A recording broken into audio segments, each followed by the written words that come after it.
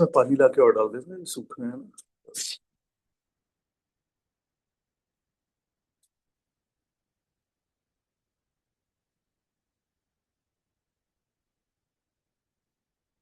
आखिर हम हमारे एप्लीकेट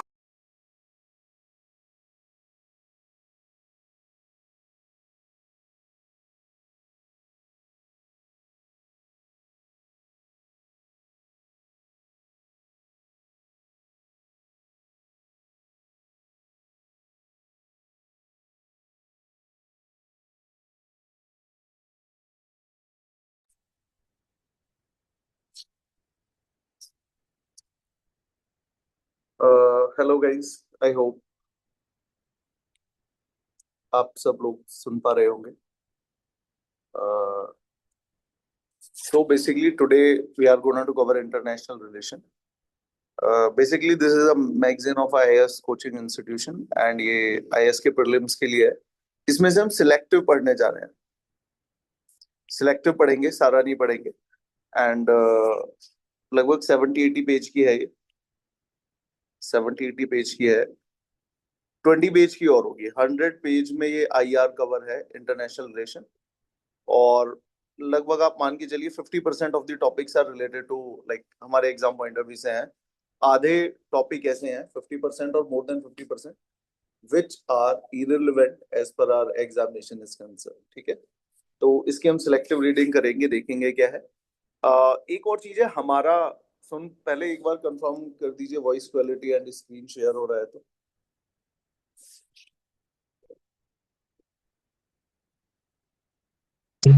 voice quality voice quality and screen share हो रहा है नहीं, ये एक बार आप कंफर्म कर दीजिएगा।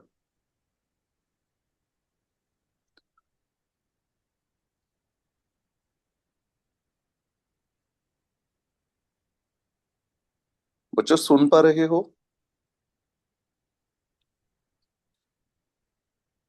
सर हो रहा है सर। स्क्रीन शेयर हो ओके, रहा है, वॉइस भी आ रहा है।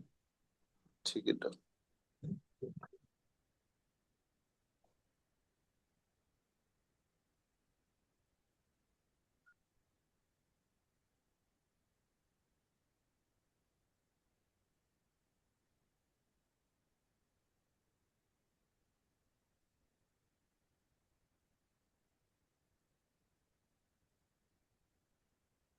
ओके, सो जैसा मैंने आप सभी लोगों को अभी बताया कि यहाँ पे हम डिस्कस करने जा रहे हैं।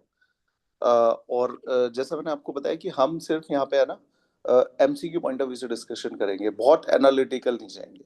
ठीक है, एनालिसिस करेंगे, टाइम ज्यादा कंज्यूम होगा, बट अभी क्योंकि जल्दी कवर करना है तो we are gonna to like जो भी फैक्चुअल इन्फॉर्मेशन है उसको देखेंगे, लिटिल बिट एनालिटिकल भी जाएंगे, लेकिन बहुत ज्यादा एनालिसिस में नहीं जाने वाले हम। ठीक है, तो ये वाली पीडीएफ मैं शेयर कर दूंगा, आपको मार्क करना है मार्क कर लीजिएगा। ओपन सोर्स से मिल जाएगी आपको। सो एक था, इनिशिएटिव था UNAT, क्योंकि यूनाइटेड नेशन को 2025 में 18th एनिवर्सरी थी, तो वहां पे उन्होंने एक ये अपना इनिशिएटिव लॉन्च किया। इसका एम था ऑपरेशंस को स्ट्रीमलाइन करना, इम्पैक्ट थोड़ा अच्छा हो, और यूएन की जो रिलेवेंस है, क्योंकि यूएन अब है ना, यूएन इरिलेवेंट होता जा रहा है। आप देखेंगे यूनाइटेड नेशन का जन्म ही हुआ काइंड ऑफ वॉर को रोकने के लिए। ठीक है, और अब मेजोरिटी ऑफ द वॉर हो रही है जहाँ पे even you will not find the mention of UN, even you will not find the relevance of UN, है ना। रशिया यूक्रेन के बीच में हो रहा है, यूएन कहाँ था हमें नहीं पता। अभी अमेरिका ईरान के बीच में कहाँ हो रहा है, यूएन के बारे में अब थोड़ा बहुत उसकी विजिबिलिटी भी नहीं है। ठीक है ना, ऑप्टिक्स में भी नहीं आ रहा है यूएन की, यूएन नाम की कोई इंस्टीट्यूशन है। तो यूएन इरिलेवेंट होता जा रहा है, तो उसके लिए इन्होंने कुछ एक UN80 इनिशिएटिव निकाला होगा। यूएन के बारे में पढ़ लेना, कब आया था, 1945। ठीक है, कैरेक्टर प्रिंसिपल क्या है, पीस एंड सिक्योरिटी, है ना, जैसे मैंने आपको बताया था, cooperation, human right, sovereign equality, ये है। अच्छा, इसके है ना ये 6 मेन ऑर्गन है, ये पता होना चाहिए। United nation general assembly, security council, economic social council, international court of justice, secretariat और ट्रस्टीशिप काउंसिल। अब ये इनएक्टिव है क्योंकि कोई किसी टेरिटरी का एडमिनिस्ट्रेशन इनके पास होना चाहिए, अब कोई ऐसी टेरिटरी नहीं है। So right now it is irrelevant, just wait. जी सर। से स्टार्ट हो गई। अच्छा, ग्रुप में भेजना था।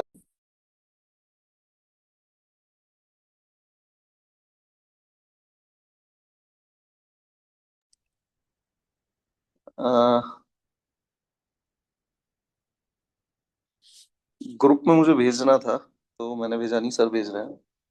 चलो ठीक है, तो हम आ, बात कर रहे हैं, तो ये थोड़ा याद रखना, ये यूएन के मेन ऑर्गन है 6, ठीक है। ये बहुत सारी स्पेशलाइज एजेंसी है। India is a founding member, 193 countries है, ठीक है।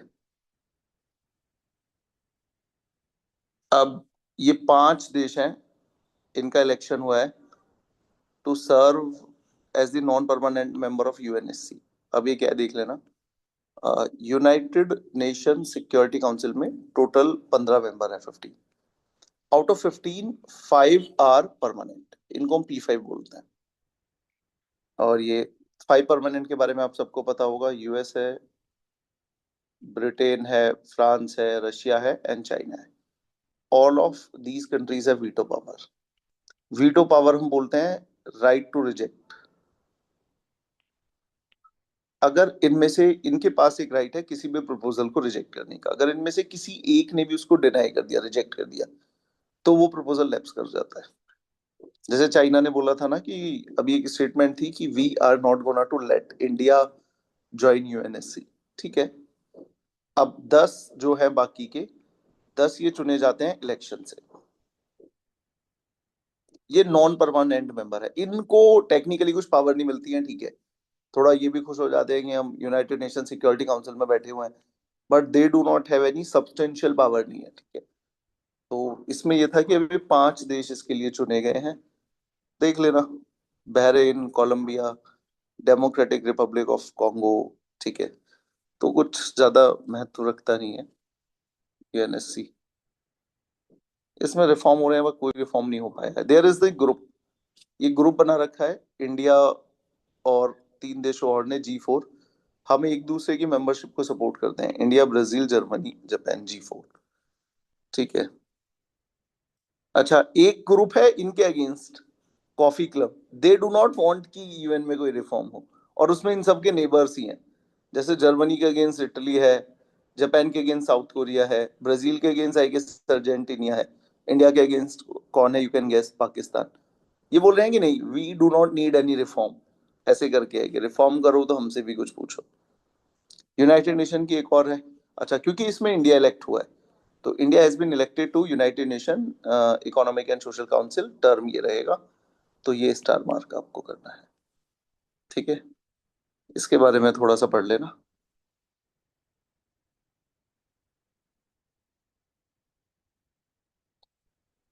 आ, सुन अगेन एक बार और मैं पूछ रहा हूँ, सुन पा रहे हो बच्चों सभी लोग?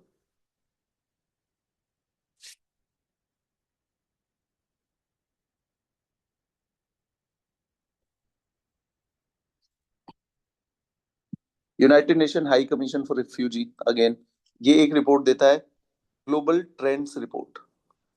फोर्स डिप्लेसमेंट इसका वो होगा, थीम होगा 2024 का, तो इसने एक रिपोर्ट इशू की है, ठीक है। ये बता रहा है, माइग्रेशन वाले को बता रहा है, डिस्प्लेसमेंट को बताता है, ठीक है। बस याद रखना कि ये पर्टिकुलर रिपोर्ट कौन इशू करता है। यूनाइटेड नेशन, इसके बारे में आप सबको पता है। यूनेस्को, यूनेस्को के 2-3 प्रोग्राम है हमारे देश में, जैसे एक है वर्ल्ड हेरिटेज साइट्स वाला, ये आपको पता होगा। दूसरा है क्रिएटिव सिटीज नेटवर्क। तीसरा है बायोस्फीयर रिजर्व। चौथा है intangible cultural heritage of India. Intangible cultural heritage है, तो उसमें हमारी बहुत सारी लाइक ट्रेडिशंस इंक्लूडेड है। तो ये 4-5 प्रोग्राम है, ये आपको याद रखना है। इसके अलावा ये एडिशनल इंफॉर्मेशन दे रहा हूँ।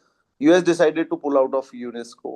देखो, ये जितना भी ग्लोबल वर्ल्ड ऑर्डर है, हुआ क्या 1950s के बाद में, या 19 during the war, not 1950s के बाद में, even during the World War Two, America have created a world order. World order कि दुनिया एक रूल बेस्ड वर्ल्ड ऑर्डर होगा। रूल बेस्ड होगा, ठीक है, फेयर वर्ल्ड ऑर्डर होगा, क्योंकि इससे पहले जो वर्ल्ड ऑर्डर था ना वो फेयर नहीं था, कॉलोनियल पावर के द्वारा कंट्रोल किया गया था। तो यूएस ने बोला एक world order, US was the Pioneer in establishing a world order, जिसमें तुम्हारा यूनाइटेड नेशंस था, तुम्हारा वर्ल्ड बैंक था, आईएमएफ था, बहुत सारी ट्रीटीज थी, बहुत सारे एग्रीमेंट थे।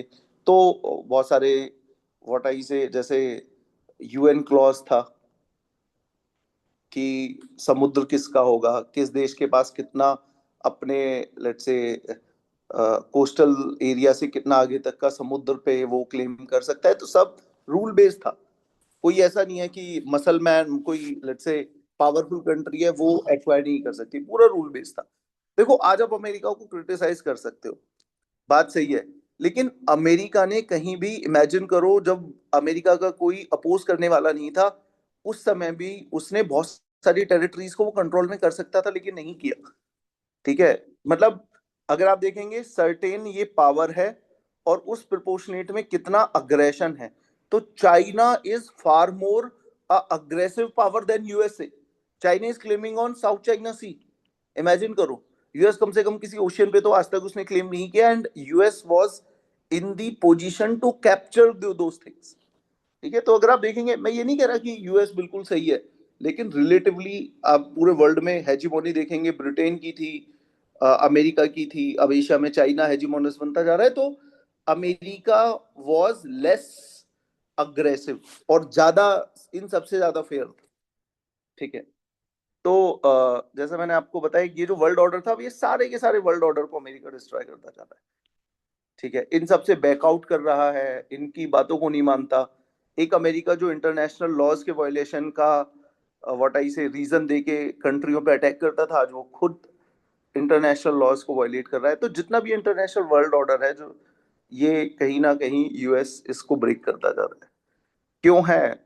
बहुत सारे डीप स्ट्रक्चरल चीजें हैं, ठीक है। तो एक और ऑर्गेनाइजेशन से पुल आउट किया, डब्ल्यूएचओ से भी पुल आउट कर रखा है, पेरिस क्लाइमेट एग्रीमेंट से भी पुल आउट कर रखा है, बहुत सारे सब इंस्टीट्यूशन से पुल आउट करता जा रहा है, ठीक है। United Nation peace, United Nation ministerial एक मीटिंग हुई थी, बर्लिन में हुई थी, बस याद रखना है। यूएन ह्यूमन राइट काउंसिल, ठीक है, India was elected unopposed for a 3 year term, exam point अभी से याद रखना। United Nation Human Right Council. अब देखो ये सारी रिपोर्ट्स हैं, we do not know, they might ask, additional कभी टाइम मिले तो पढ़ लेना, कोड तो कम से कम मत पढ़िए इसको। इंटरनेशनल कोर्ट ऑफ जस्टिस, तो ICJ delivered landmark decision on global responsibilities towards climate action, especially to protect small island nations led by Pacific. Okay, तो इन्होंने क्या कोई जजमेंट दे दी होगी इंटरनेशनल कोर्ट ऑफ जस्टिस। देखो अभी क्या हो रहा है, आप सभी को पता है क्लाइमेट चेंज हो रहा है, क्लाइमेट चेंज में क्या हो रहा है, ग्लोबल वार्मिंग हो रही है। वार्मिंग हो रही है तो जो ग्लेशियर्स है वो मेल्ट हो रहे हैं, और जो वो मेल्ट हो रहे हैं तो ग्लोबल सी वाटर लेवल राइज हो रहा है। इससे सबसे ज्यादा खतरा हो रहा है आइलैंड नेशंस को, और आइलैंड नेशंस में भी स्मॉल आइलैंड नेशंस को, छोटे छोटे टाइनी आइलैंड नेशंस को। There are many island nations जो पानी के अंदर सबमर्ज होते हुए जा रहे हैं। पैसिफिक ओशन में एक हो भी गया, तो पैसिफिक ओशन में बहुत सारे आइलैंड नेशंस हैं, उन्होंने एक लेट्स से कोalition बना के वो प्रोटेक्ट कर रहे हैं कि भाई कुछ कीजिए क्लाइमेट चेंज के लिए, because they are on the like first order effect उन पे ही हो रहा है। उन पे अभी भी आज 2025 में they are suffering just because of climate change, उनकी टेरिटरी लॉस हो रहा है। और जो स्मॉल आइलैंड नेशन है उनके पास कुछ और है भी नहीं। मतलब जैसे आप देखें ना कि जैसे श्रीलंका है, बड़ा आइलैंड है, प्लेटूज हैं, हिल एरिया है, तो क्लाइमेट सी वाटर लेवल राइज भी होगा, शायद थोड़ी थोड़ी टेरिटरी सबमर्ज हो जाए। लेकिन जो छोटे आइलैंड नेशन है, बहुत सारा ऐसा है कि 1 मीटर भी पानी बढ़ा उनकी सारी टेरिटरी वाइप आउट हो जाएगी। तो वो कुछ कर रहे हैं, लेकिन जैसा मैं आपको बता रहा हूँ इंटरनेशनल पॉलिटिक्स में भी जो पावरफुल होता है उसकी सुनते हैं, इनका कोई बात सुन ही नहीं रहा है। तो ये गए होंगे इंटरनेशनल कोर्ट ऑफ जस्टिस, कोई जजमेंट आई होगी, ठीक है। IMF, ये क्योंकि इकोनॉमिक्स में हम पढ़ चुके हैं तो मैं नहीं बताऊंगा न्यूज में क्यों है, इन्होंने पाकिस्तान को थोड़ा फंड किया था। तो IMF क्या करता है, IMF आपको पैसे देता है in time of balance of payment crisis. और ये आपको पैसे देता है, कंडीशन होती है स्ट्रक्चरल रिफॉर्म, आपको रिफॉर्म करना होता है, ठीक है। तो यहाँ पे आईएमएफ ने कुछ पैसे दिए होंगे पाकिस्तान को। पाकिस्तान का फॉरेन एक्सचेंज रिजर्व बहुत लो है। कितना होगा मुझे लग रहा है, $10 बिलियन होगा। कोई बच्चा चेक करके बताए, $10 बिलियन से कम नहीं होगा, ठीक है। तो कभी 5-6 भी था। तो पाकिस्तान तो मान लो कि बैंकरप्सी की वर्ज पे, on the verge of bankruptcy. तो ठीक है, आईएमएफ ने उनको बेल आउट दिया। इंडिया बहुत कोशिश कर रहा था कि पैसे ना मिले। हमने क्या किया, पाकिस्तान की फंडिंग रोकने के लिए वी डिड कि देयर इज दिस, क्या बोलते हैं उसको, देयर इज दिस, हाँ, FATF, financial action task force. FATF की इसको हमने ब्लैक लिस्ट में भी डलवा दिया, क्योंकि FATF डील करता है with any country which involve in money laundering and terror financing, दोनों काम ये करता है। तो if you are in the, sorry not black list, grey list, grey list में ये आ गया। तो if you are in the grey list of FATF, फिर IMF वगैरह कोई फंड नहीं करता है, इन्वेस्टमेंट नहीं आती है। फिर फाइनली इन्होंने कुछ रिफॉर्म किए, वो टेरर, जो टेररिस्ट थे उनको पकड़ा, कुछ को जेल डाला, एसेट्स उन्होंने कैप्चर की। तो फिर ये वापस चला गया, अब इसको IMF वगैरह फंड कर देते हैं। And because we do not have any voting, substantial voting, तो हम रोक नहीं पाते। अगर इंडिया बहुत पावरफुल होता और अच्छा खासा, क्योंकि IMF का कोई भी डिसीजन लिया जाता है, हर देश के पास एक वोटिंग है। हमारे पास बहुत कम वोटिंग है, तो हम इतना इन्फ्लुएंस नहीं कर पाते। But for your information, 15-16% voting US के पास है। यूएस के अलाइज जापान, जर्मनी, इन सब के पास अच्छी खासी वोटिंग है। तो यूएस, चाइना के पास भी है, तो चाइना के भी, टर्की वगैरह है जो पाकिस्तान को सपोर्ट करते हैं, तो पैसा मिल जाता है। बच्चों सुन रहे हो ना, एक बार कंफर्म करो, बोलो कुछ। Yes sir. हाँ, थोड़ा बताते रहो, क्वेश्चन पूछते रहो, कम से कम इंटरेक्शन तो, ठीक है। Then SCO is a great organisation. इसकी सबमिट 2025 की चाइना में हुई थी। तो आइडिया क्या था, SCO was a group established by China along with Russia, ये दो मेन प्लेयर्स थे। आइडिया क्या था, अगर आप देखेंगे, चाइना के वेस्ट साइड में मुस्लिम पॉपुलेशन है, और ये सारे कई सारे मुस्लिम कंट्रीज हैं, Kazakhstan, Uzbekistan, Tajikistan, Turkmenistan, Kyrgyzstan, कई सारे हैं। और इनसे नीचे का सारा वोलेटाइल वर्ल्ड है। You will find Afghanistan, you will find Syria, you will find Iraq, you will find Pakistan, terror exporter of the world. तो चाइना डू नॉट वांट कि उसके नेबर में कभी भी ये टेररिज्म आए। तो इन्होंने रशिया के साथ मिलके दो तीन, इनमें से चार में से दो तीन देश आए, एससीओ बना दिया। लेटर वी डिसाइड कि अगर हमको मिडिल ईस्ट के देशों से आउटरीच करनी है, तो इंडिया शुड आल्सो ज्वाइन, है ना। ये एससीओ तो शायद 2016-17 में हमने इसको ज्वाइन किया। उसके बाद पाकिस्तान ने भी ज्वाइन कर लिया, ठीक है। तो ये याद रखना है बेटा। हाँ, है मेरे पास है, वो लेके आ जाए, एक पानी है ना, इसमें डाल दे, इन दोनों में, बोतल ले जा, ठीक है। तो ये था। अह, अब India is a part of SCO, but again, क्योंकि यहाँ पे जियोपॉलिटिकल शिफ्ट हो रहा है, और मतलब बहुत सारे इंटरेस्ट, कोई कंसेंसस बिल्ड नहीं हो पाता। चाइना कुछ और कहता है, हम कुछ और कहते हैं। हम पाकिस्तान के अगेंस्ट कोई नोशन पास कराना चाहते हैं, उसको चाइना नहीं होने देता है। चाइना कुछ कहता है, उसको हम नहीं होने देते हैं। तो काइंड ऑफ बहुत अच्छा तो नहीं चल रहा है इसमें हमारा। देखो ये रहा ना, there is this funny thing, सुनो इसका। मैंने बोला security and counter terrorism is one of the main objective of SCO, counter terrorism. तो इन्होंने टास्क फोर्स भी बना रखी है टू काउंटर टेररिज्म। और उस टास्क फोर्स में हर मेंबर देश की फोर्सेस के कुछ लोग जाते हैं, दे मॉक ड्रिल्स करते हैं, प्रैक्टिस करते हैं। And what funny thing is this की इंडिया, चाइना, रशिया, पाकिस्तान भी अपनी फोर्सेस को भेजता है। तो इंडिया और पाकिस्तान मिलकर मॉक ड्रिल कर रहे होते हैं कहीं पे, to fight terrorism, and all the terrorism is in Pakistan, and वो ही फाइट कर रहा होता है, ठीक है। तो फनी है, क्या कर सकते हैं, ठीक है। कब तक देख लेना, इंडिया ने कब ज्वाइन किया आएगा। तो अच्छा, लेटेस्ट ईरान ने ज्वाइन किया है 2002 थे। अच्छा, ये भी आ गया, बेलारूस ने भी ज्वाइन कर लिया 2024 में, और ईरान ने ज्वाइन किया है। फिर इंडिया और पाकिस्तान ने, पहले इंडिया ने किया, फिर पाकिस्तान। ये WTO का एग्रीमेंट था, फिशरी में पढ़ लेना, एनालिसिस वाला ही है।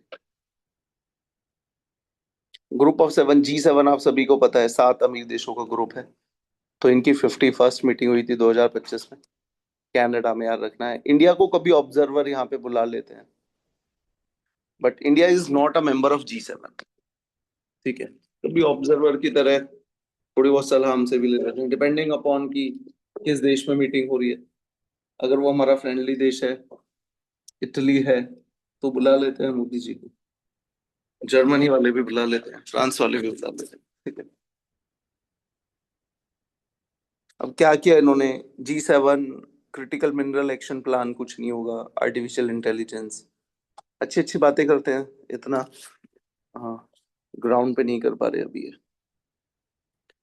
ब्रिक्स कंट्री है, ये आप सभी को पता होगा, 17 ब्रिक्स समिट हुई थी, और रियो डी जेनेरियो में हुई थी, डेक्लेरेशन निकली यहाँ से, ठीक है। 5 देशों की ग्रुपिंग है, India is the founding member, बस याद रखना। पार्टनरशिप फॉर एलिमिनेट, अभी बहुत सारी चीजें हैं, याद रखना। न्यू डेवलपमेंट बैंक, ये स्टार मार्क के याद रखना, क्योंकि देखो ब्रिक्स का, जो ब्रिक्स कंट्रीज हैं उनका वन ऑफ दी एक एजेंडा है to reform international world order. Reform नहीं है तो अपना क्रिएट करो।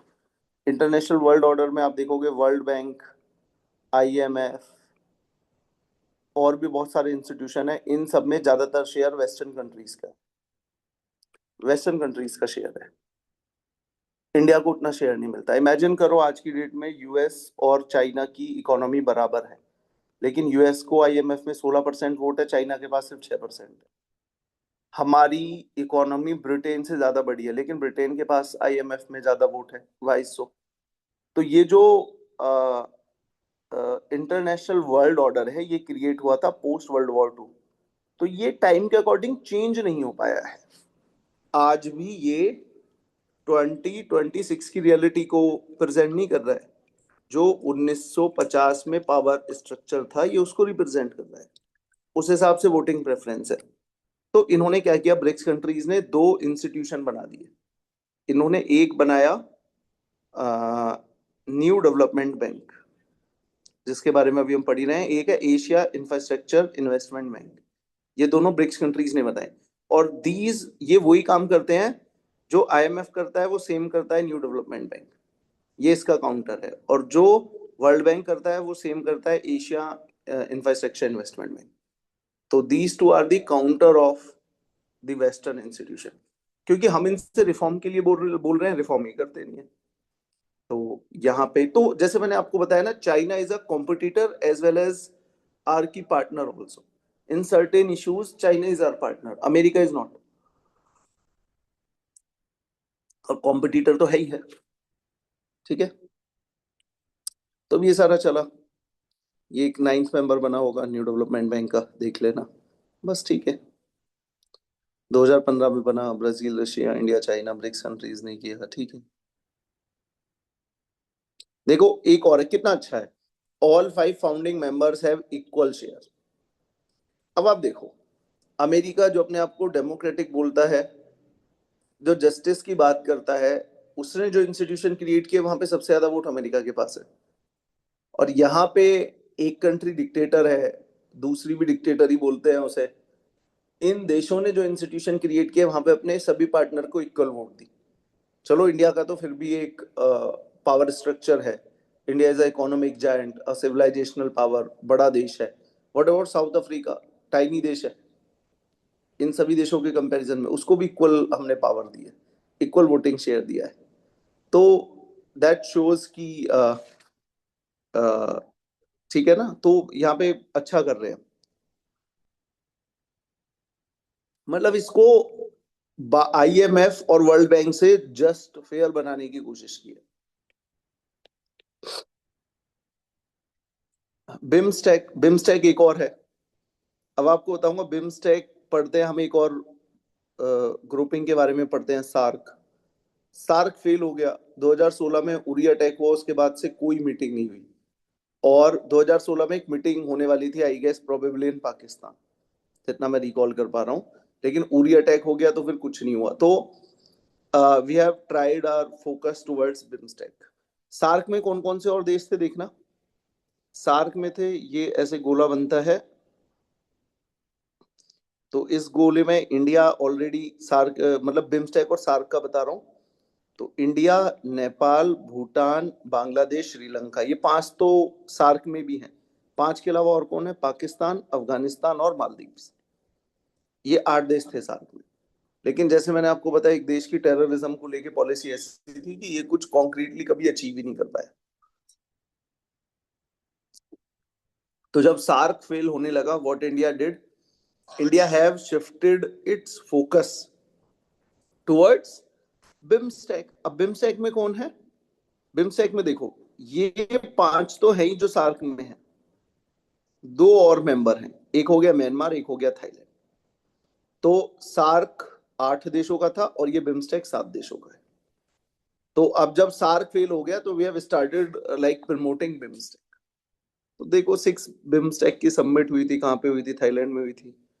बस ये आपको याद रखना है।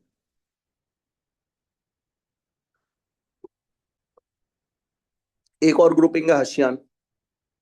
वर्ल्ड में अगर आप देखोगे कहीं पे भी कोई रीजनल कॉपरेशन है, रीजनल कॉपरेशन है with like more than 3-4 countries, और जो इफेक्टिव भी है,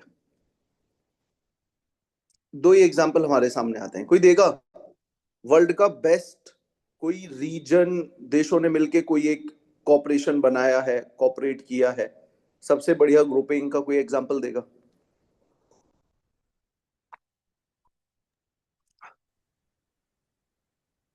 गैस कर सकते हो आप? European Union. Hmm, EU top पे है। ईयू के बाद अगर कहीं पे देखो, ये बोलना आसान है, करना बहुत डिफिकल्ट है। ईयू में आप एक देश से दूसरे देश इतना इजीली ट्रेवल कर लेते हो, let's say you are crossing a toll plaza in India.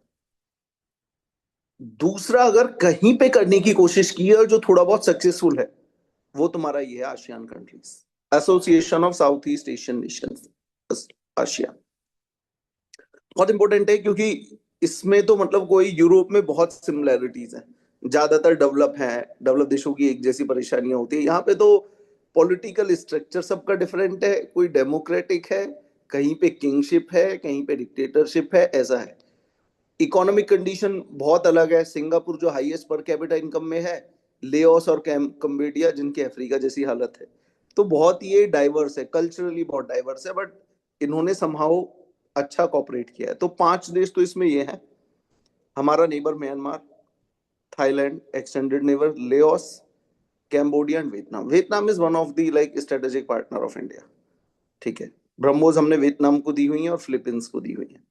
इसके बाद फिलीपींस हो गया, और फिर Malaysia, tiny city state Singapore, and then Indonesia. एक और है यहाँ पे, यहाँ पे है, कहाँ गया? इंडोनेशिया, मलेशिया, ब्रुनेई, हाँ ये रहा, ये एक और देश है। ये ब्रुनेई भी में भी किंगशिप है, यहाँ के किंग है, एयरक्राफ्ट फ्लाई करके इंडिया में आए थे। ओके, तो अगर ये आप देखेंगे, टिमोर लेस्टे भी है ना? सॉरी, नहीं ये सो नहीं है, वो ये गलती नहीं, गलती से डाल दिया इन्होंने। शायद वो है सर, अभी नया यही ऐड हुआ है। अच्छा, अभी नया ऐड हुआ होगा। हाँ अब 11th अभी ऐड हुआ है शायद क्या? ये। हाँ मतलब, लास्ट अक्टूबर में गेस। हम्म, फिर हो सकता है, क्योंकि मैं 10 नेशन के हिसाब से बता रहा हूँ, ये 11वां हो सकता है। ठीक है, चेक कर लेना, ये 11वां अगर इसमें इंक्लूड हुआ होगा तो, क्योंकि मैंने, मेरे दिमाग में नहीं है तो मैं कंफर्म नहीं कर रहा हूँ। ठीक है, तो अब देखो इन सब देशों का, this is the South China Sea, और यहाँ पे एक ऐसे चाइना लाइन बनाता है, उसको बोलते हैं 9 डैश लाइन। और 9 dash line is the territory which is claim bye, not territory, is the ocean which is claim by China. China बोलता है ज्यादा समुद्री मेरा है। अब यहाँ पे इन सबके ओवरलैपिंग क्लेम है, फिलीपींस क्लेम कर रहा है, वियतनाम क्लेम कर रहा है, मलेशिया क्लेम कर रहा है। तो इन सबको एक अग्रेसिव पावरफुल नेबर को फेस करना पड़ रहा है, विच इज चाइना। और यूएस बहुत ज्यादा अब, यूएस थोड़ा इनवर्ड लुकिंग होता जा रहा है, बहुत ज्यादा सिक्योरिटी गारंटी पे अब कोई भरोसा कर नहीं रहा है। तो इनको एक जो कंट्री दिख रही है which can somehow balance China in Asia is India. और मैं आपको एक और चीज बता रहा हूँ, India is one of the country जिसने 2020 गलवान में चाइना को एक हिट दिया है। Otherwise China is the violator, exploitator. बाकी ये सारे देश फेस करते हैं, कोई भी मुंह तोड़ जवाब नहीं दे रहा है चाइना को। हमने गलवान में एक मुंह तोड़ जवाब दिया, ठीक है, हमारे जवान शहीद हुए, चाइना के भी हुए। तो at least there is one country which is standing against China. कितना स्टैंड कर पा रहे हैं, किस डिग्री से कर पा रहे हैं, कितना होना चाहिए, that's a different thing. But there is this one of the country जो चाइना की पॉलिसीज को लेके सबसे ज्यादा व्हाट आई से विजनरी है।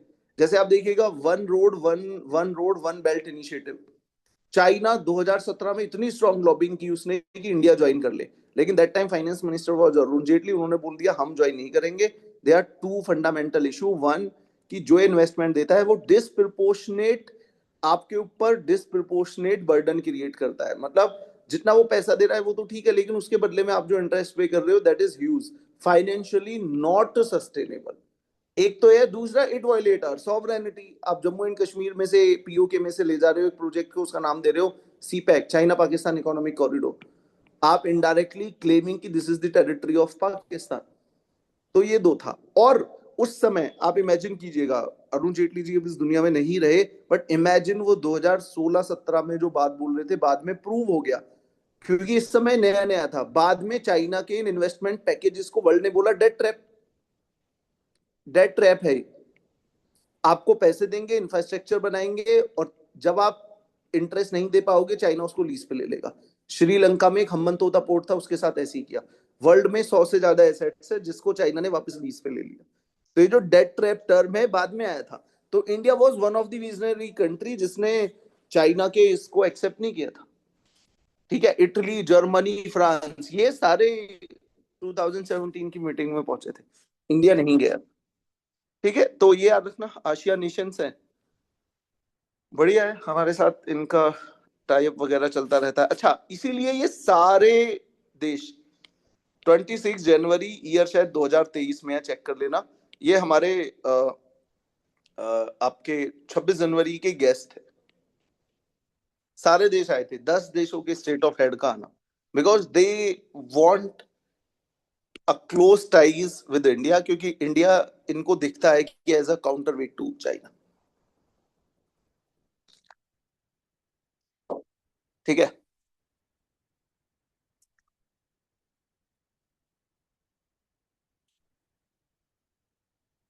क्वाड की कोई डिक्लेरेशन होगी, इसको पढ़ लेना। क्वाड 4 देशों का एक ग्रुप है ना, USA, India, Australia and Japan. ये सारे देश एक एक्सरसाइज भी करते हैं, मालाबार, मालाबार एक्सरसाइज भी एक साथ।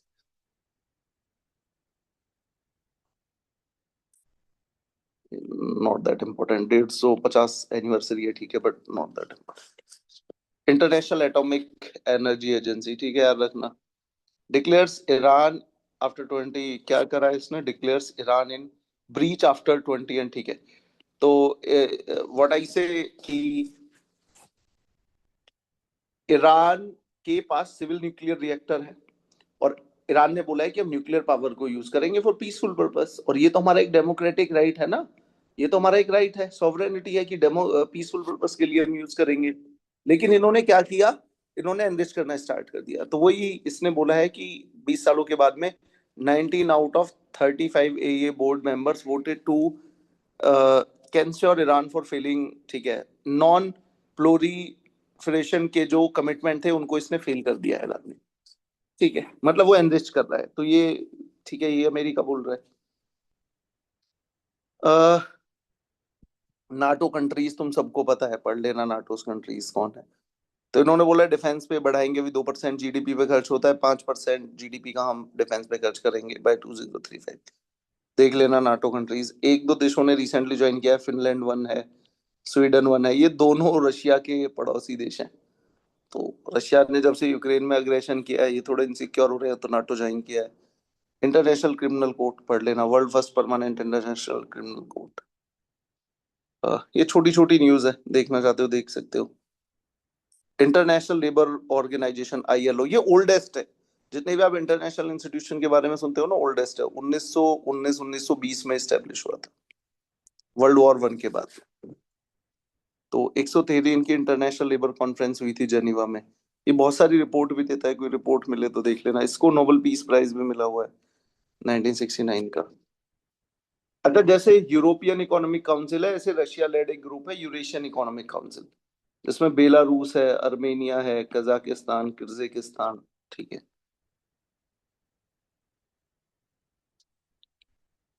अब थोड़े प्लेसेस इन न्यूज है, देख लेना कभी। म्यांमार का ही एक रीजन है, न्यूज में रहता है, ठीक है।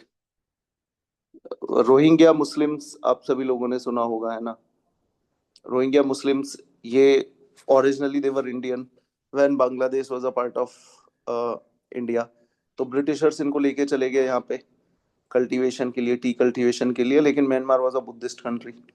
तो म्यांमार ने स्टेट ने Myanmar as a state have started what I say, इनको एक्सप्लॉइट करना स्टार्ट कर दिया।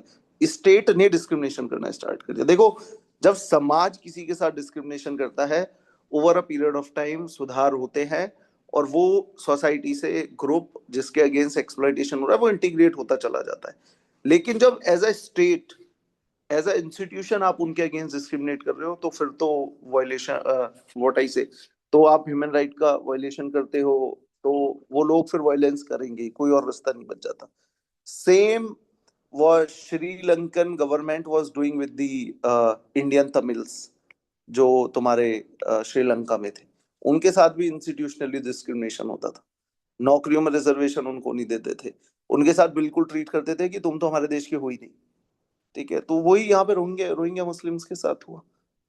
तो over a million Rohingya Muslims from Myanmar now live in refuge in Bangladesh, ठीक है, चल रहा है।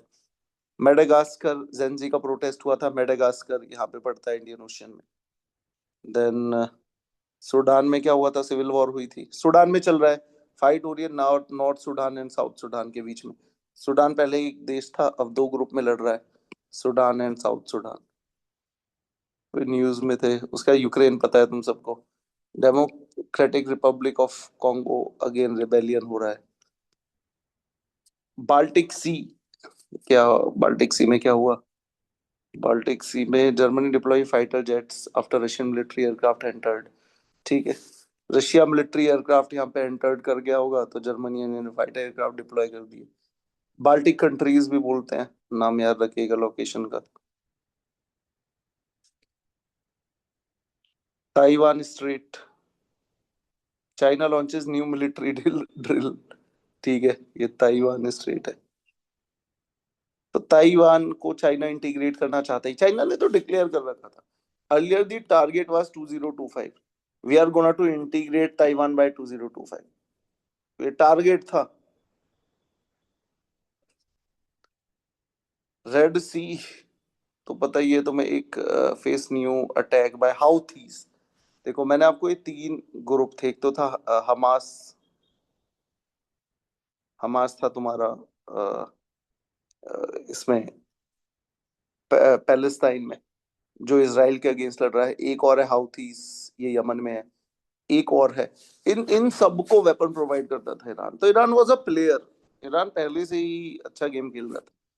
अच्छा गेम का मतलब है, अच्छे गेम का मतलब ये नहीं है कि it is not in the is in the interest of Iran, but Iran अच्छे से है ना, मतलब फंसा के रखा हुआ है उसने पूरे मिडिल ईस्ट।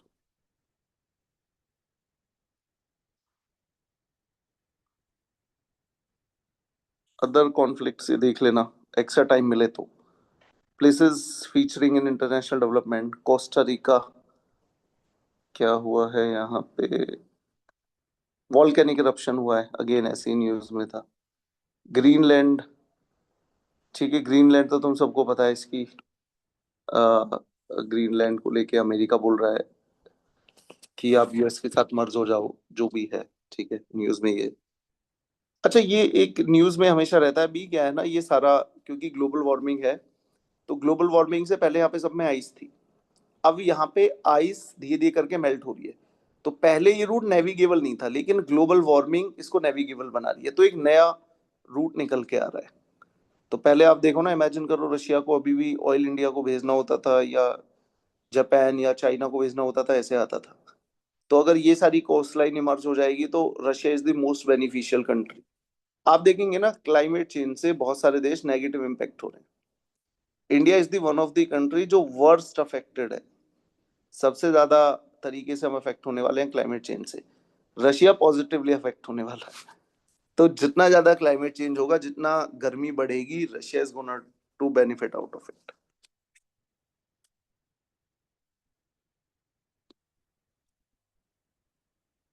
कतर, ईरान ने मिसाइल लॉन्च कर दी। अब तो हर जगह ही लॉन्च की है। इनको ध्यान से देखना है, जो गल्फ, एक इन देशों की ग्रुपिंग है, गल्फ कॉपरेशन काउंसिल। 6 देश है इसमें। सऊदी अरेबिया लेड है, तो एक तो सऊदी अरेबिया होगा, तुम सबको याद होगा, सऊदी अरेबिया। दूसरा यूएई याद रहेगा। तीसरा Qatar. Qatar is one of the most powerful country यहाँ पे। पावरफुल, इकोनॉमिकली पावरफुल है कतर। इवन सबसे ज्यादा सॉफ्ट पावर इसके पास है, कतर के पास। Qatar is having a news channel name, बताएगा कोई? स्टेट न्यूज चैनल है कतर का, अल जजीरा। अल जजीरा कतर का है ये। और पूरा मतलब पूरे यूरोप और अमेरिका को इसने पेनेट्रेट कर रखा है, मुस्लिम कॉज को दिखाता है।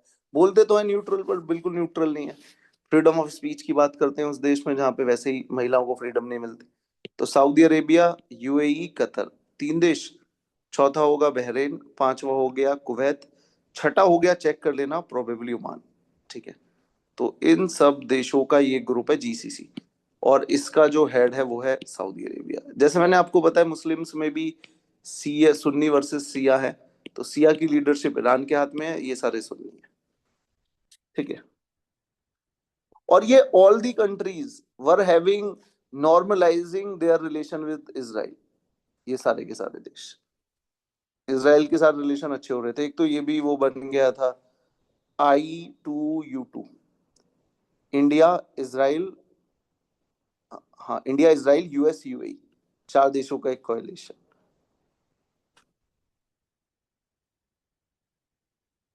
पर्शियन गल्फ अगेन, वॉर हो रही है तो ये तो सारी टेरिटरी न्यूज में है, ये सारा पर्शियन गल्फ।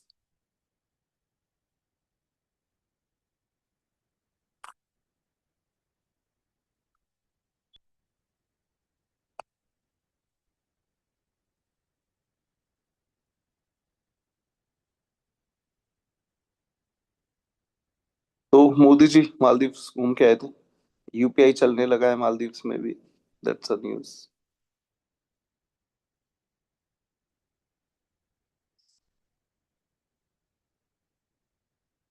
अगेन, इंडिया के प्राइम मिनिस्टर गए थे चिली। साउथ अमेरिका में वन ऑफ द नेस्ट है। फिलीपींस भी याद रखना है, Philippines is one of the country जिसको हमने ब्रह्मोस दी है। ब्रह्मोस बेची है। ब्रह्मोस, ब्रह्मपुत्रा, मॉस्को, मॉस्को की रिवर से लिया गया है। तो इंडिया और रशिया ने मिलके बनाई है ब्रह्मोस मिसाइल, जिसमें इंजन, सीकर और बूस्टर ये सारा रशिया का है। बाकी डिजाइनिंग और वो सारा हमारा है। Singapore again Modi ji. अब ये बायलेटरल पे ज्यादा हमें पढ़ना नहीं है। अच्छा, कुछ पूछना है अभी? 2 मिनट का टाइम है। पूछो, कुछ पूछना है तो फिर कंटिन्यू करेंगे।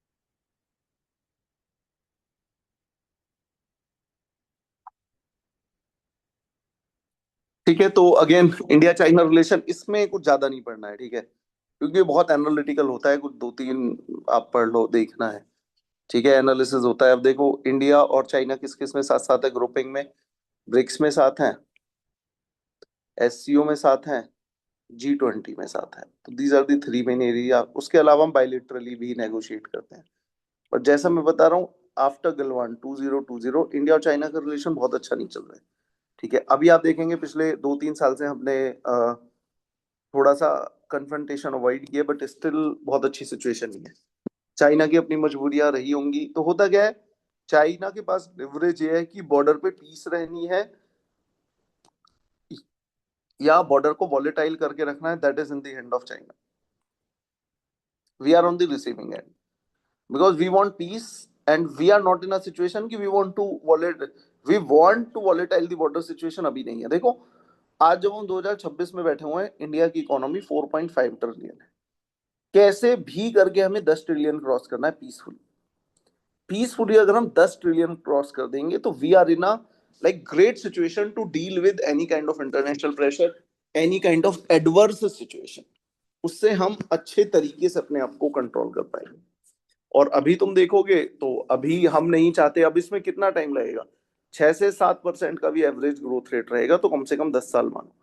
अगले 10 साल 2035 तक we want to avoid any kind of like trouble. हमें बिल्कुल शांति से समय निकालना है। And I tell you, I guarantee you, this is the part of strategy की ट्रम्प कुछ भी बोल रहा है, मोदी कुछ नहीं बोल रहे हैं, कोई और कुछ नहीं बोल रहा है, कि हम पीसफुली है ना इस किसी के ऑस में पढ़ना नहीं चाहते। ना तो हम चाइना के अगेंस्ट वॉर करना चाहते हैं, ना हम किसी और उसमें पढ़ना चाहते हैं। हम पीसफुल तरीके से कम 10 साल काटना चाहते हैं।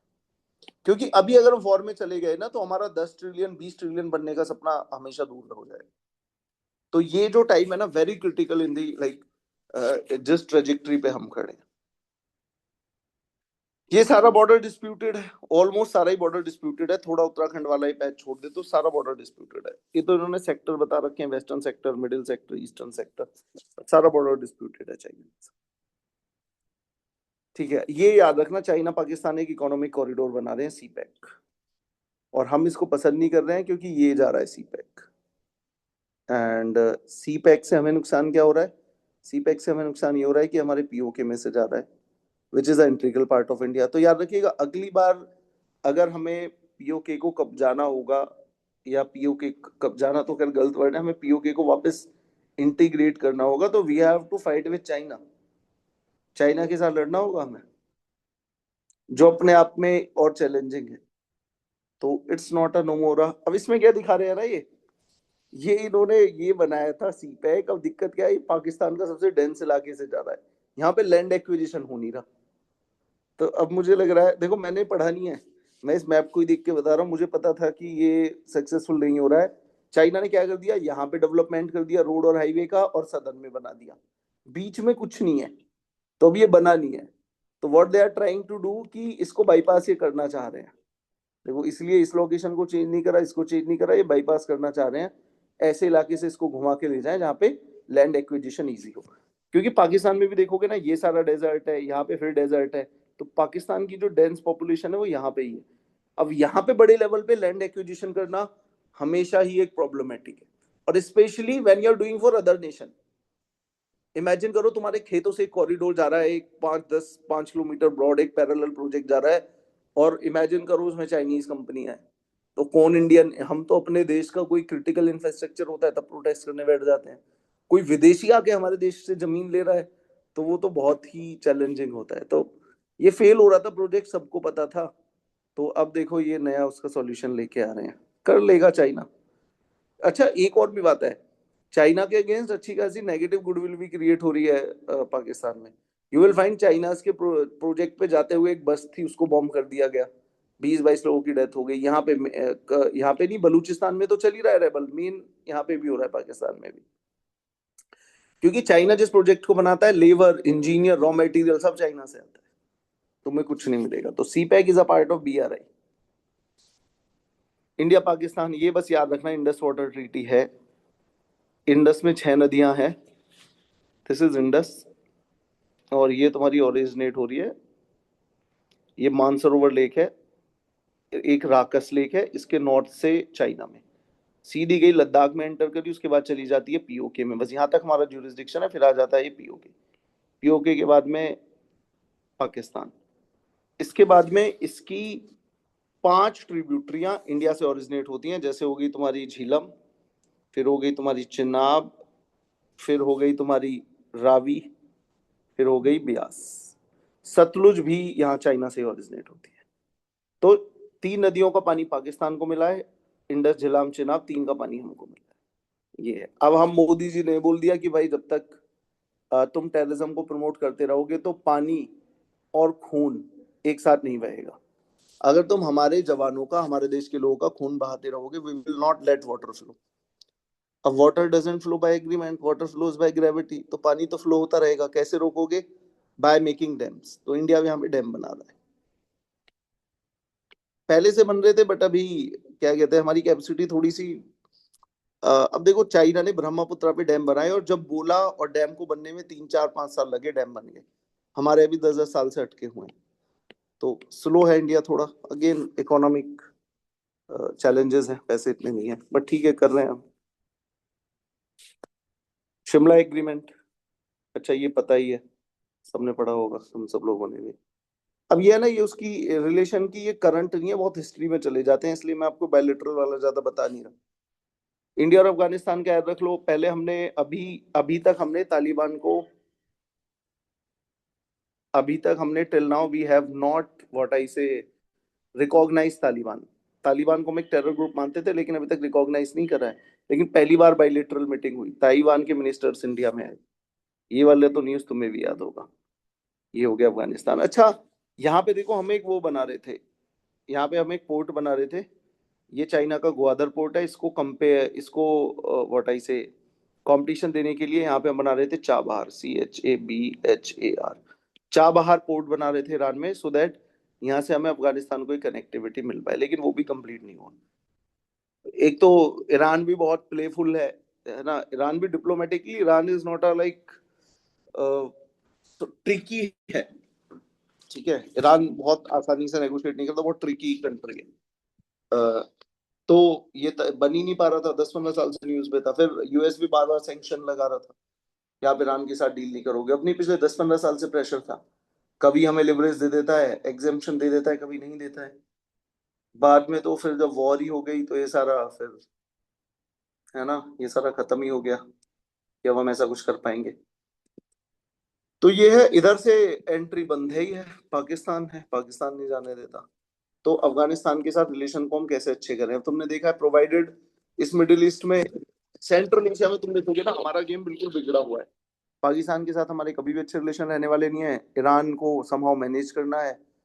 और अफगानिस्तान पहले जो प्रो था, वहां पे तालिबान पावर में आ गया, तो अब तालिबान के साथ रिलेशन थोड़े अच्छे करने हैं। तालिबान और पाकिस्तान की वॉर हो रही है, दैट्स अ गुड न्यूज, ठीक है। तो ये है, इसको गेटवे टू एशिया भी बोलते हैं। इंडिया श्रीलंका, ठीक है, चलो, नॉट, कुछ नहीं है।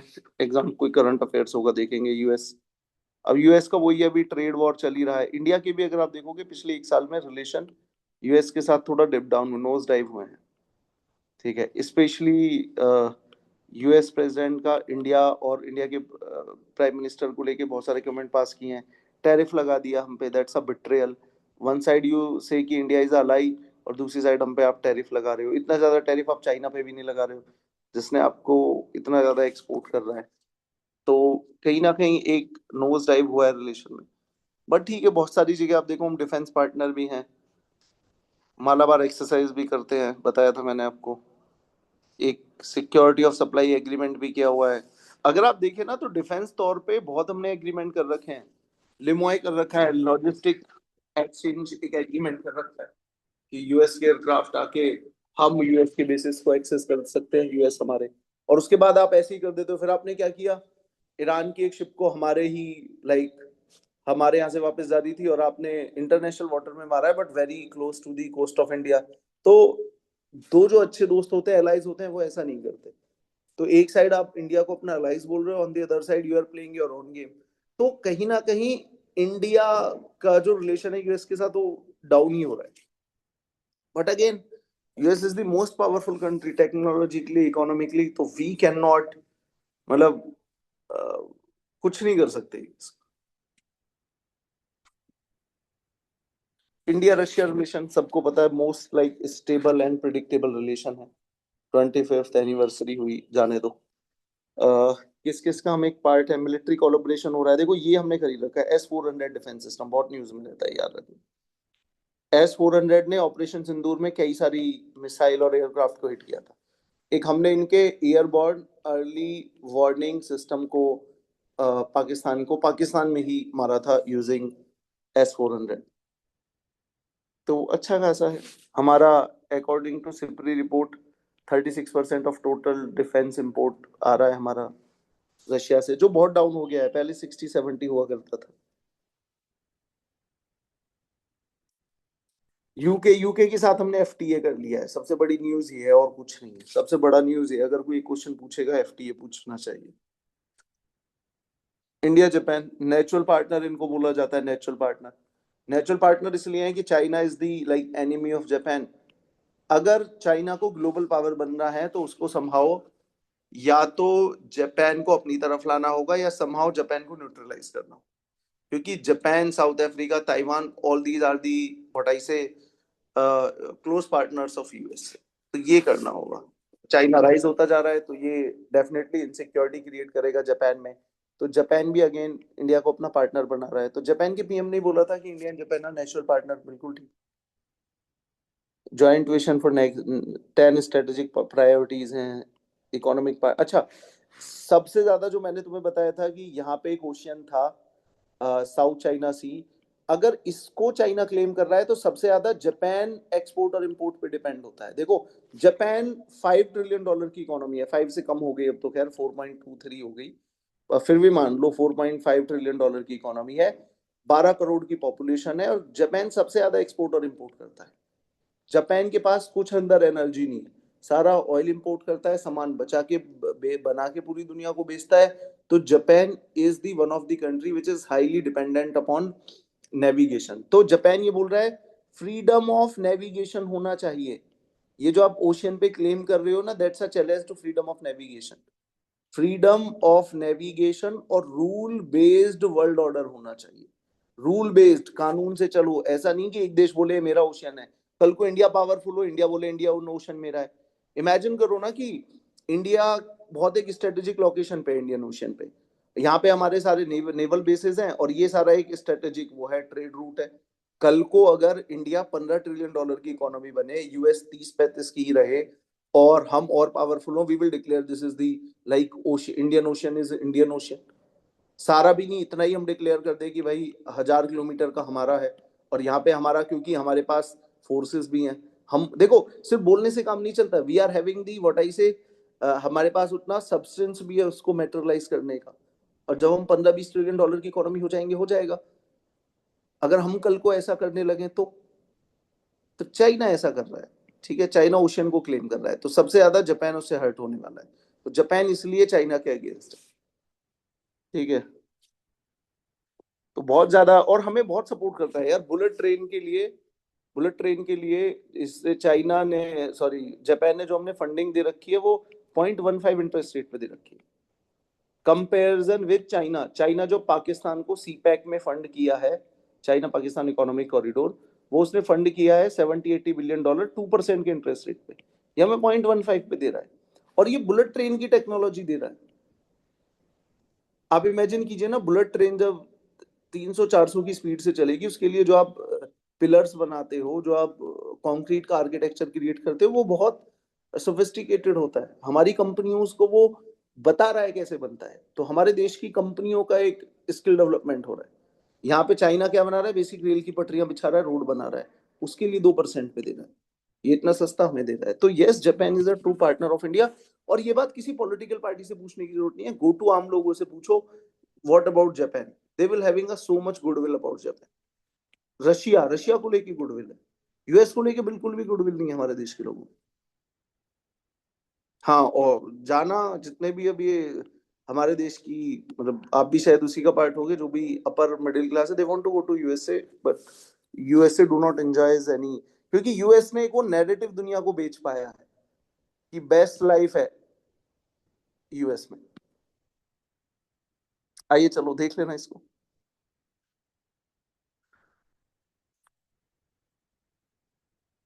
मालाबार एक्सरसाइज बताए, मिलन एक्सरसाइज भी करते हैं हम। ये Mumbai Ahmedabad high flagship project है, ये मैंने आपको बताया है। अफ्रीका में भी हमारे साथ कोऑर्डिनेट कर रहा है। India UAE crown. अब तो देखो भाई, मुझे ऐसा लगता है सेंस ये है कि गल्फ कंट्रीज में जो भी पढ़ो ना वॉर से रिलेटेड है, उस पर क्वेश्चन पूछना है, क्योंकि सबसे बड़ा इवेंट वही है। ओमान के साथ हमने एफटीए किया था, याद रखना। रिसेंटली मोदी जी गए थे, मतलब रिसेंटली 2025 में गए थे, बात करी थी, ठीक है। 100 बिलियन की इन्वेस्टमेंट की इन्होंने बात की थी, because they have money, we have investment opportunity. India Mauritius, Mauritius is again, देखो तुम्हें एक कितना बड़ा वो है मॉरिशियस। कैन यू एक्सप्लेन कि हमारे देश में सबसे ज्यादा फॉरेन डायरेक्ट इन्वेस्टमेंट कहाँ से आती होगी? टॉप 2 या 3 में रहता है मॉरिशियस। मॉरिशियस जो खुद जो एक बहुत बड़ा देश नहीं है, वो सेकंड या थर्ड पे रहता है इंडिया में इन्वेस्टमेंट करने को लेकर, क्योंकि यहाँ पे ज्यादातर राउंड ट्रिपिंग होती है। भारत का ही पैसा मॉरिशियस गया, वहां पे शेल कंपनीज बनी, फेक कंपनीज बनी, और हमारे देश में एफडीआई आ जाता है। पैसा गया कैश में, अदर तरीके से गया, यहाँ से वाइट का होके आता है। तो ये पूरा राउंड ट्रिपिंग होती है, अच्छी खासी इन्वेस्टमेंट आती है यहाँ से, ठीक है। फिर जाने दो अफ्रीका, बायलिटरल में और कुछ ज्यादा नहीं पढ़ रहे हो। हाँ, सम इम्पोर्टेंट न्यूज है। अह, ये याद रखना, इसराइल ने जो नाम दिया ऑपरेशन को, ऑपरेशन राइजिंग लाइन नाम दिया है, ठीक है। इसराइल ने बहुत सारी स्ट्राइक की है, पढ़ने की जरूरत नहीं है। जो रिटेलिएशन बाय ईरान, ईरान ने नाम दिया है ऑपरेशन ट्रू प्रॉमिस 3 नाम दिया है। यूएस ने ऑपरेशन मिडनाइट हैमर नाम दिया है। तो ये 3 तो बिल्कुल ही याद रखना, 3 ऑपरेशन के नाम है, operation rising lion from Israel, operation true promise by Iran, और operation midnight hammer by USA. Gaza peace summit, तो वो एपिक यूएस और फ्यूरी है ना, ऑपरेशन एपिक फ्यूरी। कहाँ पे है? नहीं मतलब अ, मतलब जो ईरान पे अटैक हुआ था, शायद उन्होंने यूएस ने जो नाम दिया था वो एपिक फ्यूरी था, ऑपरेशन एपिक फ्यूरी। तो ये कौन सा था? चलो वो शायद, wait wait wait, a series of precision, अरे ये जो ये वाला पुराने वाला है, ठीक है ना, क्योंकि इसका भी पे अपडेटेड भी आएगा। ये वो है जब इन्होंने 3, ये वाला भी नाम रख रहा ऑपरेशन मिडनाइट हैमर, ये वो है जब इन्होंने 3 न्यूक्लियर, आपको याद है ना वो B-12 बॉम्बर अटैक करेगा, 5-6 दिन तक न्यूज में था, अब से 3-4 महीने पहले। हाँ सर। तो वो ये है ऑपरेशन मिडनाइट हैमर, तो अब वाला है जो आपने बोला था वही है, ठीक है। तो ये है गाजा पीस समिट, ठीक है।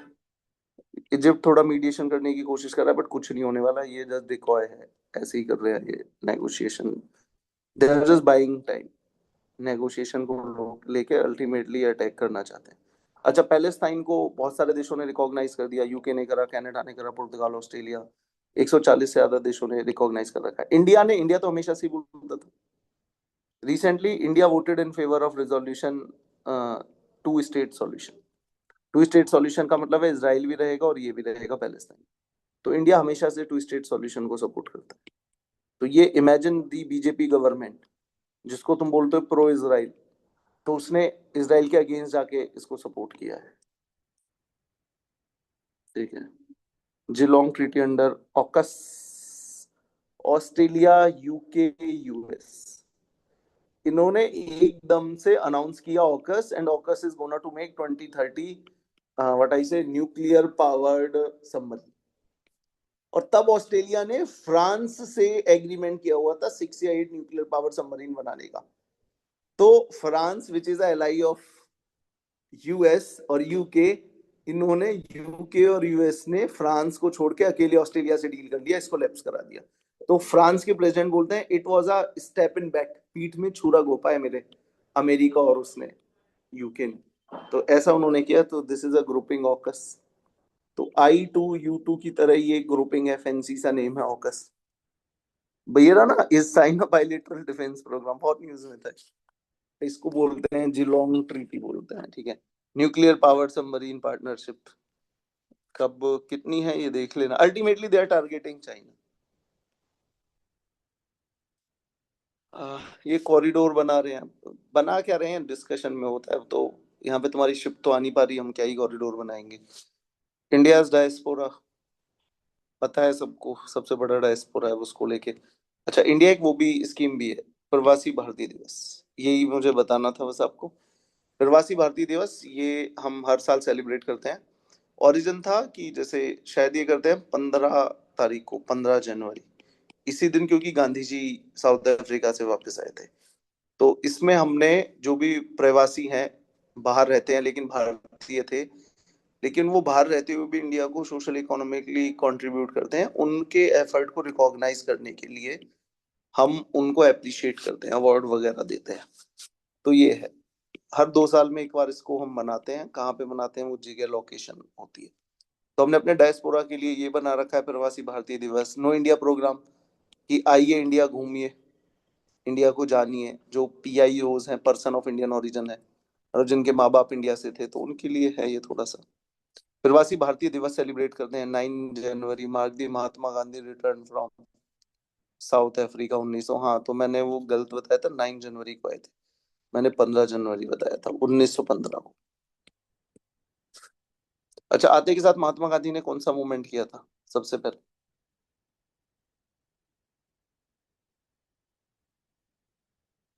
बताओ। सबसे पहले कौन सा मूवमेंट किया था?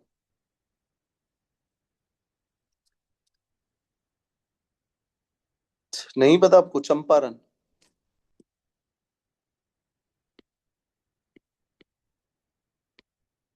चंपारण, जहाँ पे इंडिगो की कल्टीवेशन होती थी, नील की खेती होती थी। केमिकल वेपन कन्वेंशन है, इस पे क्वेश्चन आ जाते हैं। इंडिया नेशनल अथॉरिटी कोऑर्डिनेट करेगी। एक्सट्राडिक्शन क्या होता है?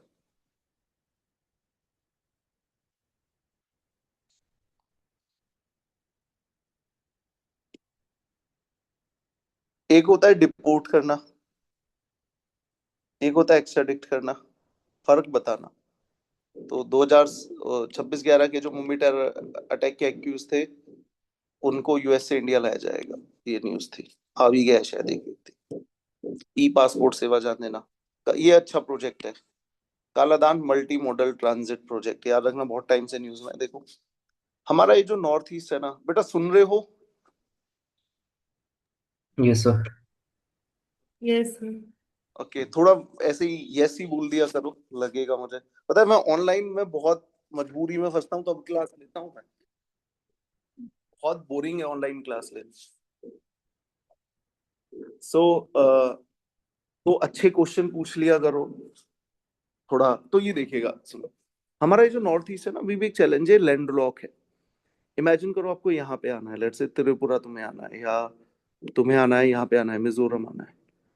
अब इमेजिन करो, you have to travel all the way, यहाँ से जाओगे असम, फिर ये हिली एरिया स्टार्ट हो जाता है। असम तो प्लेन है, इसके बाद हिली एरिया, ऐसे घूम घूम के आओगे। तो बहुत ही टाइम कंज्यूमिंग और एक्सपेंसिव है। हाँ, अभी हम बांग्लादेश से ट्रांजिट ले लेते हैं, है ना, बट बांग्लादेश अच्छे पैसे चार्ज करता है। हालांकि ये हमारा फेलियर रहा। कुछ लोग बोलते हैं कि जब हमने 1971 में बांग्लादेश क्रिएट किया था, थोड़ी बहुत इनसे टेरिटरी, ये देखना यहाँ पे कितना छोटा सा है, थोड़ी बहुत अगर हम टेरिटरी एक्सचेंज कर लेते, कोई कॉरिडोर ले लेते परमानेंट, उस समय कोई एग्रीमेंट कर लेते, because that time India was in absolute power, तो कुछ ऐसा हमें फायदा हो जाता है ना, कोई कॉरिडोर भी हम ले लेते। सर कुछ टेरिटरी तो एक्सचेंज हुई थी लाइक 1971 नहीं में। ना, ये वाली नहीं हुई थी। ये एक अभी एग्रीमेंट हुआ है, वो हुआ है तो कुछ 100। और हुआ था, लेकिन शायद हुआ तो हाँ, था। 100th लैंड बॉर्डर एग्रीमेंट हुआ है, वो अभी हुआ था, बीजेपी सरकार में हुआ था, जहाँ पे कुछ एनक्लेव्स हमने दिए थे। वो तो थोड़ा बहुत कुछ एनक्लेव्स का था, जैसे यहाँ पे, मतलब ये इस मैप में नहीं समझा पाऊंगा, जैसे हमारी टेरिटरी यहाँ पे है, इनकी टेरिटरी यहाँ पे है, तो ऐसे एक्सचेंज किया था। लेकिन यहाँ पे हम एक सी रूट ले सकते थे, सो दैट हमें ओपन एक्सेस मिल जाए और ये नॉर्थ ईस्ट लैंडलॉक ना रह सके। तो हम बहुत कोशिश करते हैं यहाँ से जाने की। तो एक रास्ता तो ये है। दूसरा है, यहाँ पे ये मालादान कालादान एक वो है, प्रोजेक्ट है, तो यहाँ रिवर भी है शायद एक, तो यहाँ से इनके हम हाँ, ये रिवर ही है। यहाँ पे हम सितवू पोर्ट पे जाएंगे, जो म्यांमार का है, और यहाँ से हम पहुंच जाए, तो ये थोड़ा हमारे लिए इजी रहेगा। तो ठीक है, एक और हम चीज बना रहे हैं, आईएमटी बना रहे हैं, IMT, India Myanmar and Thailand highway, IMT. वो भी अभी काम ऐसे ही अटका हुआ है, क्योंकि दिक्कत क्या हुई ना, म्यांमार में एक जो डेमोक्रेटिकली इलेक्टेड गवर्नमेंट थी उसके अगेंस्ट कू हो गया ड्यूरिंग कोविड, तो वहां पे भी पॉलिटिकल इनस्टेबिलिटी है। इमेजिन करो, एक मिलिट्री डिक्टेटरशिप में इकोनॉमिक ग्रोथ तो रोकी जाती है, स्टैग्नेंट हो जाती है, लोग प्रोटेस्ट करते हैं, सरकार प्रोटेस्ट को सप्रेस करती है, तो डेवलपमेंट तो आप भूल ही जाइए। तो कुछ उस प्रोजेक्ट पे भी नहीं हो पा रहा।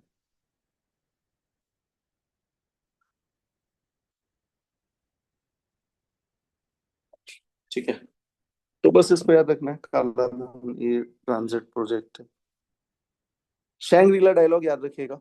देखो, तुम सभी लोग थिंक टैंक में जाना चाहते हो पॉलिसी मेकिंग में, तो हमारे देश की एक थिंक टैंक है, वो जैसे करता है ना, ओआरएफ करता है, रायसीना डायलॉग, सीना रायसीना डायलॉग। ये रायसीना हिल पे हमारा जो प्रेसिडेंट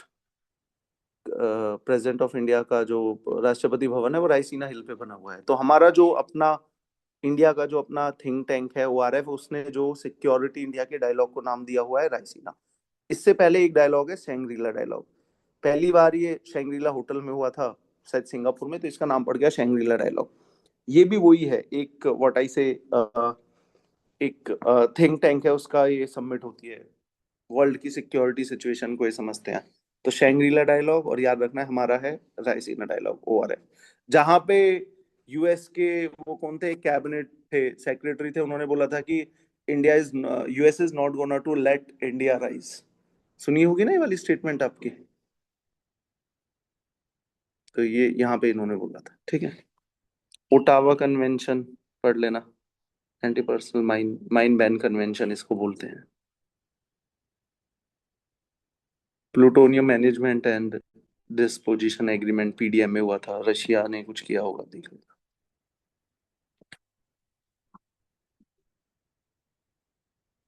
ये अच्छा है, the great green wall initiative, बहुत पुराना प्रोजेक्ट है 2007 वाला।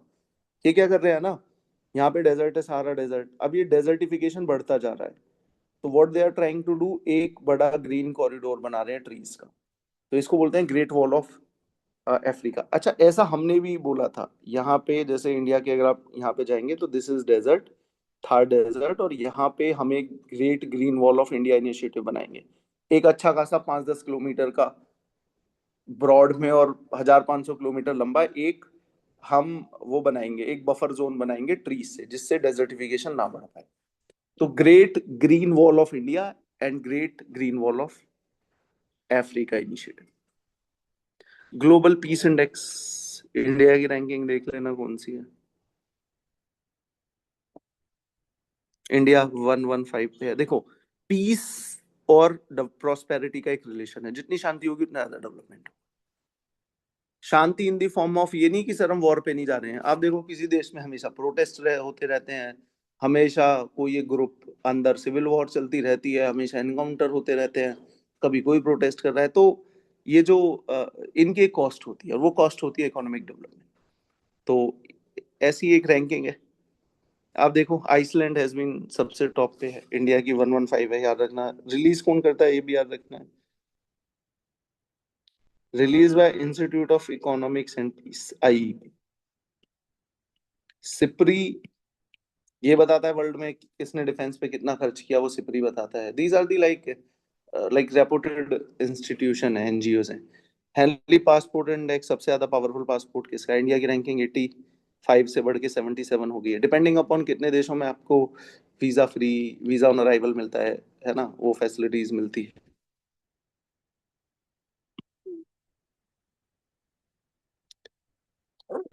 चलो ठीक है, ये वाला तो हो गया है, एक और क्लास में लगेगा ये वाला, और जो 2 महीने में कुछ अपडेटेड है वो नेक्स्ट क्लास में मैं कवर करा दूंगा, कल या परसों क्लास में रखूंगा, तो 2 क्लास में तुम्हारा आईआर हो जाएगा। ठीक है, ये वाली पीडीएफ आपको मैं शेयर कर दूंगा, अब कुछ पूछना है तो पूछिए, आपके पास है व्हाट्सएप। फिर याद कैसे रखना है?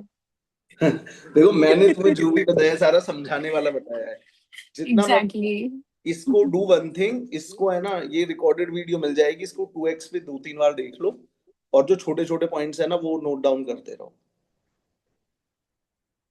ठीक है, 2-3 बार देख लो, और अभी देख लेना, आज देखा है, अभी 2-3 घंटे बाद दोबारा जाओ वो देख लेना, तो तुम्हारे ज्यादा पॉइंटर नहीं बनेंगे, 150-200 पॉइंट बन जाएंगे। ठीक है, अब मैंने ऐसा दिया, मैंने ज्यादातर पे, अब देखो पता है क्या, अगर मेरे पास ज्यादा टाइम होता मैं और ज्यादा एक्सप्लेन करता और ज्यादा मेमोराइज होता, बट वो हमको इनपुट और आउटपुट की कैलकुलेशन निकालनी है, तो this is what I think की best.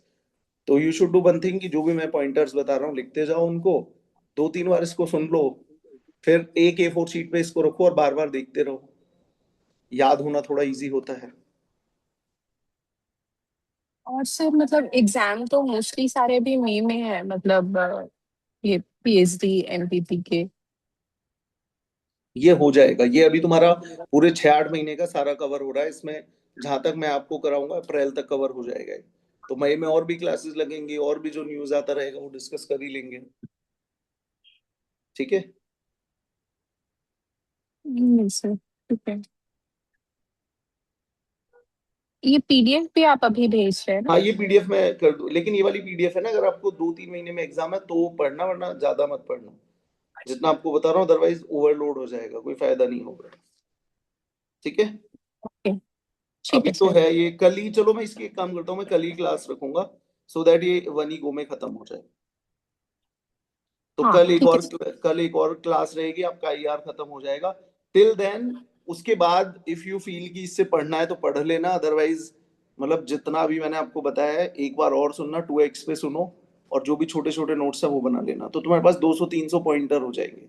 200-300 pointer are fair enough. और पूरी स्टोरी मत लिखना, बस जो कीवर्ड है हम्म ना, जैसे मैंने तुम्हें बताया ऑकस, AUKU, सब तुम्हें पता है, ऑस्ट्रेलिया, यूके, यूएस तीनों मिलके न्यूक्लियर हम्म सबमरीन बनाने वाले हैं, तो हम्म। न्यूक्लियर सबमरीन बनाने वाले हैं, वो पूरी स्टोरी मत लिखो, ऑकस लिखो, आगे लिखो न्यूक्लियर सबमरीन, बस खत्म।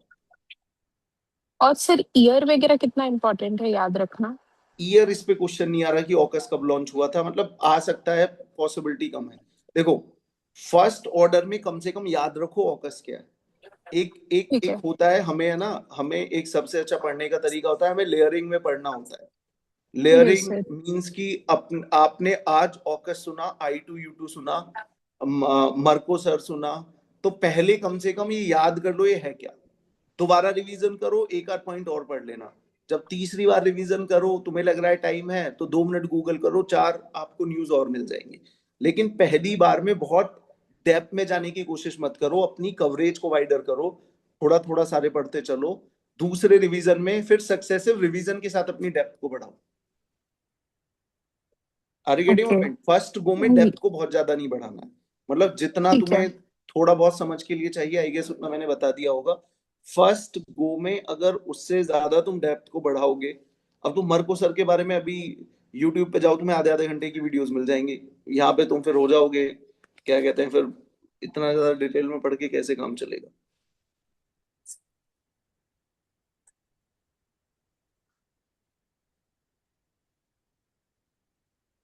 ठीक है, मतलब ये करना पड़ेगा, इसका अब कोई सॉल्यूशन नहीं है। अच्छा, एक और बात है, ये जैसे अभी तुम पहली बार सुन रहे हो ना, तो ये थोड़ा तुम्हें ऐसा लग रहा है, अगर तुमने पहले अगर खबरें पढ़ी हुई हैं 2-4-6 महीने में, तो ये कोई बहुत बड़ी चीज नहीं है, और आगे भी तुम पढ़ोगे ना, ये हाँ। डेली, मतलब इनमें से 10-15 टर्म डेली न्यूज में आते हैं, डेली कुछ ना कुछ हो रहा है। Yes sir. ठीक है ना, तो जब फर्स्ट हम्म। टाइम ही पढ़ा है तो ये बहुत वो लगेगा, क्योंकि आज मैंने जो पढ़ा रहा हूँ ना, फास्ट ट्रैक बेसिस पे पढ़ा रहा हूँ। ठीक है ना, ये बहुत डिटेल्ड वाला नहीं है, तो ठीक है, ऐसे भी पढ़ो, याद हो जाएगा। कम से कम तुम्हें ये तो पता चला कि ये टर्म के बारे में हमें डिटेल में पढ़ना है। ठीक है, गॉट इट। चलो ठीक है, थैंक यू गाइस, ये नेक्स्ट क्लास में कल रखूंगा, और कल इसको हम खत्म कर देंगे। ठीक है, यस सर। सर इसी टाइम पे अगर होगा तो ट्राई नहीं, कीजिएगा। मुझे जो टाइम मिल रहा है अब मैं उसमें रख रहा हूँ, सो दैट की क्लास कम से कम हो जाए। प्रोबेबली कल तो लेट नाइट ही होगा, है ना, अच्छा कल अच्छा लेट ठीक होगा। है ठीक है ठीक है सर। ठीक है ओके ओके, थैंक वैसे यू। हाँ। वैसे तुम जितने भी बच्चे हो बोलते क्लास में कुछ हो नहीं, तो तुम्हें तो कोई फायदा नहीं है, लाइव आओ या रिकॉर्डेड देख लो, है ना, तो रिकॉर्डेड देख लेना, फिर भी मुझे खुद को ही पढ़ाना है। ठीक है, ठीक है sir. Yes okay. Thank you.